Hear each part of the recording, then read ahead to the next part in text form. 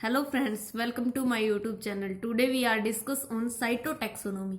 Taxonomy क्या होता है? आइडेंटिफिकेशन, क्लासिफिकेशन और नोमेनक्लेचर करना किसी भी अननोन स्पीसीज का। हमें कोई भी अननोन स्पीसीज मिलती है उसको हम पहले तो आइडेंटिफाई करेंगे, किस ग्रुप में उसको प्लेस करना, उसकी क्लासिफिकेशन करेंगे और बाद में उसका नोमेनक्लेचर करेंगे, उसका नामकरण करेंगे।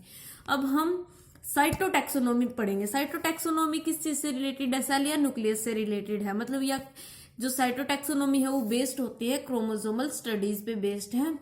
अब जो साइटोलॉजिकल डाटा है वो हमेशा न्यूक्लियस से ही डिराइव्ड होता है और रिलेट किस चीज से करता है? क्रोमोसोम नंबर, मॉर्फोलॉजी और chromosomal behaviour at the time of meiosis और क्रोमोसोम बाइंडिंग पैटर्न।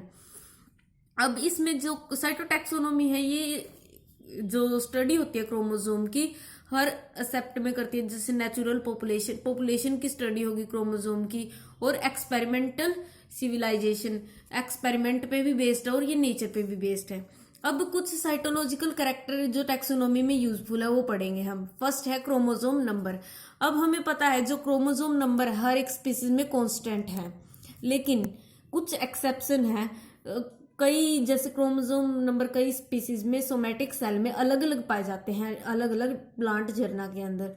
जैसे कोई भी अलग अलग जीनस है उनके अंदर अलग अलग क्रोमोसोम पाए जाते हैं सोमैटिक सेल के अंदर। जैसे एग्जांपल लेंगे हैप्लोपेपस ग्रासिलस, इसमें ये कंपोजिटी फैमिली का है जीनस कोई भी, इसमें क्रोमोसोम नंबर है 4। पुआ लिट्रोसा ग्रामिनेसी का है, इसमें 530 क्रोमोसोम नंबर है। कैलेनचोई इसका क्रासुलेसी फैमिली का है, इसमें 500 से 520 क्रोमोसोम नंबर है। ओफियोग्लोसम टेरिडोफाइट है एक, इसमें 1240 क्रोमोसोम नंबर। ये इनकी सोमैटिक सेल में क्रोमोसोम नंबर की संख्या दी गई है। मतलब ये क्या है कि इनके सोमैटिक सेल में अलग अलग क्रोमोसोम नंबर है, कांस्टेंट क्रोमोसोम नंबर नहीं है इनके अंदर। अब जो स्पेसिफिसिटी है क्रोमोसोम नंबर की और स्टडी है क्रोमोसोम नंबर की वो टैक्सोनॉमी पे ही बेस्ड है। मतलब टैक्सोनॉमी में हेल्प करती है स्पेसिफिसिटी। कोई भी स्पेसिफिक ग्रुप में स्पेसिफिक क्रोमोसोम नंबर प्रेजेंट है तो उसमें टैक्सोनॉमी में बहुत हेल्पफुल होती है, बहुत ज्यादा। अब जब क्रोमोसोम नंबर कांस्टेंट होंगे एक ग्रुप के अंदर तो ये भी मतलब आइडेंटिफिकेशन में हेल्प करती है, लेकिन उसी ग्रुप का आइडेंटिफिकेशन में हेल्प करेगी। दूसरे जो टैक्सा होंगे, दूसरे टैक्स उनके की आइडेंटिफिकेशन में वो हेल्प नहीं करेंगे। जैसे इसमें हमने एग्जांपल ले लिया सेलिक्स का। सेलिक्स के अंदर एक पोलीप्लोइड सीरीज ऑब्जर्व की थी। सेलिक्स में एन जो सेल है एन में 19 क्रोमोसोम नंबर प्रेजेंट है। अब इसकी पोलीप्लोइड सीरीज क्या थी? जो सेलिक्स विमिनेलिस था उसमें 2n थे 38 के इक्वल, तो ये डिप्लॉइड सीरीज शो कर रहा था। जो सेलिक्स एट्रोसिनेरिया है उसमें 2n 76 के इक्वल था, इसमें टेट्राप्लॉइड सीरीज थी। सेलिक्स फाइलीफोलिया था जो उसमें 2n is equal to 114 hexaploid show करे थे। और सेलिक्स माइसेंटिस था जो इसमें 2n is equal to 152 octaploid series show कर रहे थे। तो ये एक सीरीज पोलीप्लॉइडी वेरिएशन शो कर रही थी सेलिक्स की स्पीसीज। अब आगे जो मेजर कैरेक्टर मतलब क्रोमोसोम नंबर से हम कैसे टैक्सोनॉमी में हेल्पफुल होते हैं, क्रोमोसोम नंबर उससे कैसे हम आइडेंटिफिकेशन कर सकते हैं किसी भी कैटेगरी का। जैसे क्रोमोसोम नंबर के अंदर कोई भी डेविएशन नहीं होना चाहिए पूरे ग्रुप में। जैसे जीनस के अंदर है उनके अंदर कोई भी क्रोमोसोम नंबर में डेविएशन नहीं होना चाहिए। जो बेसिक नंबर ऑफ क्रोमोसोम है उसमें एग्जैक्ट मल्टीप्लाइड होने चाहिए अगर वो कोई भी पोलीप्लॉइड सीरीज इम्पार्ट करा है। जैसे हमने सेलेक्स की पढ़ी थी, वो पोलीप्लॉइड सीरीज थी उसके अंदर, तो उसमें एग्जैक्ट मल्टीप्लाई थे उसके जितनी वो पोलीप्लॉइड सीरीज शो कर रहा था। अब जो the number of chromosome within a group bears no simple numerical relationship. जो एक ग्रुप के अंदर क्रोमोसोम है उनके अंदर कोई भी रिलेशनशिप नहीं होना चाहिए एक दूसरे के को लेकर, उनके अंदर कांस्टेंट क्रोमोसोम नंबर होने चाहिए। पॉलीसोमिक और मोनोसोमिक होते हैं जो वे भी हेल्पफुल होते हैं कई टैक्सोनॉमी डिस्प्यूट को, मतलब कई टैक्सोनॉमी प्रॉब्लम्स को सॉल्व करने में हेल्पफुल होते हैं पॉलीसोमिक और मोनोसोमिक। अब आगे है क्रोमोसोम मॉर्फोलॉजी। क्रोमोसोम दूसरा पार्ट है क्रोमोसोम मॉर्फोलॉजी।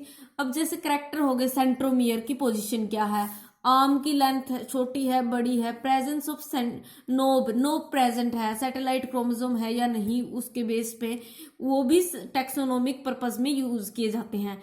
क्रोमोसोम जैसे form, size, volume, amount of distribution of heterochromatin material, मतलब इनमें वेरी करता है, उनके साइज है जो क्रोमोसोम के अलग अलग होते हैं, वॉल्यूम भी अलग होती है और हेट्रोक्रोमेटिन मटेरियल उनके अंदर अलग अलग होता है। तो जो डिफरेंट कैरेक्टर होंगे कैरियोटाइप के कोई भी स्पीसीज के, वो टैक्सोनोमिक स्टडी में हेल्प करते हैं। अब जैसे कोई भी लार्ज क्रोमोसोम है उसको हम इजीली ऑब्जर्व कर लेंगे माइक्रोस्कोप के अंदर, छोटा क्रोमोसोम होगा उसको नहीं ऑब्जर्व कर पाएंगे। तो हमने क्या, इसमें जो मोनोकोट है उसके अंदर लार्ज क्रोमोसोम होता है, डाइकोट से ज्यादा बड़ा होता है, और वुडी प्लांट है उसके अंदर छोटा क्रोमोसोम होता है हार्बेसियस के कंपेयर में।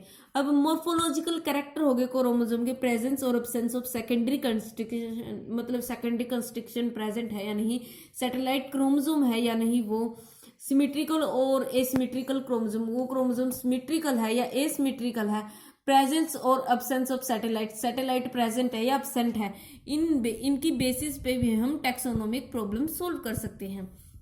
अब थर्ड पार्ट है इसका, chromosomal behaviour at the time of meiosis, मतलब क्या है, क्रोमोसोम का बिहेव कैसा है मियोसिस के दौरान। मियोसिस प्रोसेस में क्या होता है, उसमें पेयरिंग नॉन पेयरिंग होती है मियोसिस फेज के अंदर, उसके अंदर मतलब कि साइनेप्स के कारण क्रॉसिंग ओवर हो रही है, ब्रिज फॉर्मेशन हो रही है, इन चीज पे बेस्ड है वो। मतलब क्या है, kind of degree of pairing, मतलब उसके अंदर पेयरिंग हो रही है या पेयरिंग अब्सेंस है। मियोटिक प्रोफेज के अंदर ही उसके अंदर पेयरिंग होती है, तो वो हमें बताती है कि यहाँ पे हाइब्रिडाइजेशन की प्रोसेस हुई या नहीं हुई, अब्सेंस ऑफ हाइब्रिडाइजेशन थी या प्रेजेंस ऑफ हाइब्रिडाइजेशन थी।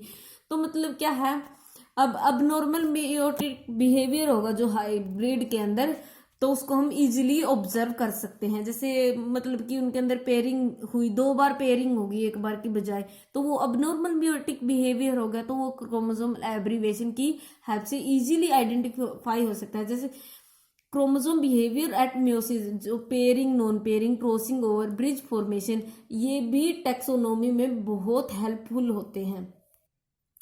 Chromosomal bending pattern last part है इसका, chromosomal bending pattern. Chromosomal bending pattern क्या होता है, जैसे भी कोई भी किसी भी ह्यूमन का कोई भी क्रोमोसोम, हमने बॉडी के क्रोमोसोम लिए तो उनके बेंडिंग पैटर्न कैसे हैं, हम डीएनए में भी यूज करते हैं इसका क्रोमोसोम बेंडिंग पैटर्न का, तो उस बेस पे भी टैक्सोनॉमी को हम डिफाइन कर सकते हैं। जैसे हिट्रोजेनाइटी, और ये मतलब स्ट्रक्चरल और फंक्शनल प्रॉपर्टी है जो क्रोमोसोम की, वो भी बताता है। हिट्रोजेनेटी अलग अलग जेनेटिक मटेरियल के बारे में बताता है हमें।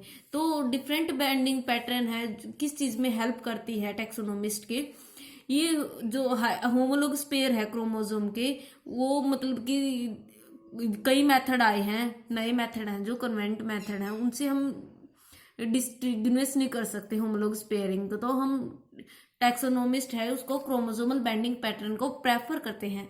ये जो मतलब क्रोमोसोम बेंडिंग पैटर्न है, ये ग्रुप बनाते हैं रिसेंबलिंग कैरियोटाइप का, मतलब जो सिमिलर कैरियोटाइप है ह्यूमन जीनोम में, उनका एक ग्रुप बनाएंगे और जो डिफरेंट कैरियोटाइप है उनको सेपरेट कर देंगे। Thank you so much friends, please like and subscribe my channel.